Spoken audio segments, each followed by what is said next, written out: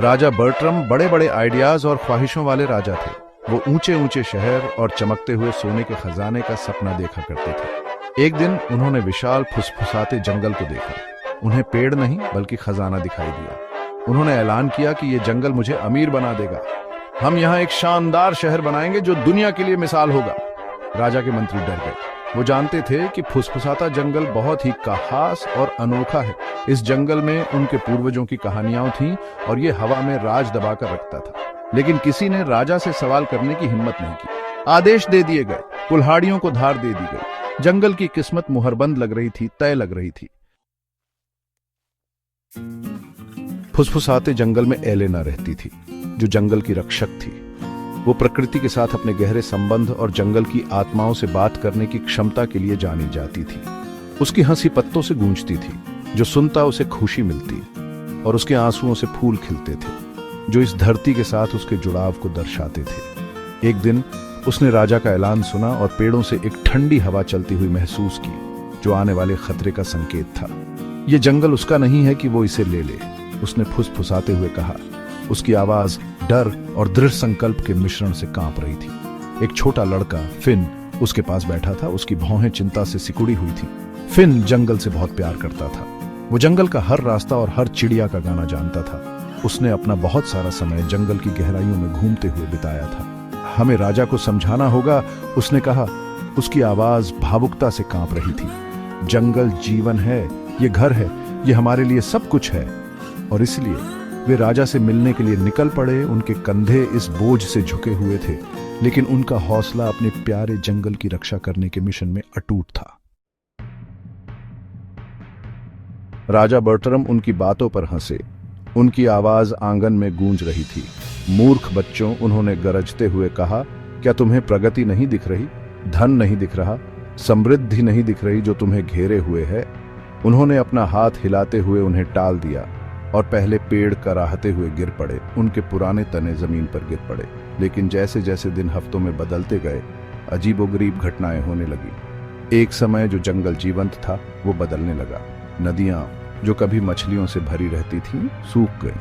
पीछे फटी हुई धरती और बेजान पत्थर छूट गए। तेज धूप में फसलें मुरझा गईं। उनके हरे पत्ते भूरे और बेजान हो गए।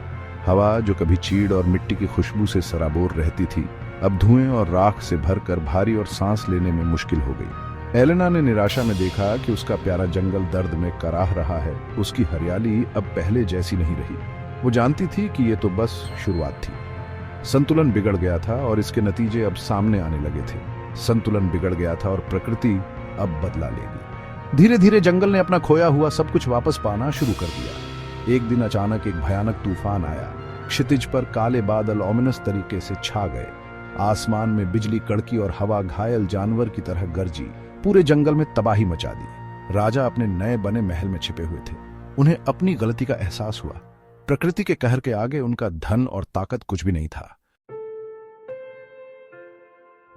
कई दिनों तक तूफान आता रहा, अपने पीछे विनाश का मंजर छोड़ गया।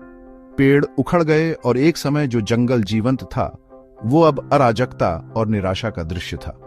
जब तूफान शांत हुआ तो राजा बर्ट्रम अपने महल से बाहर आए।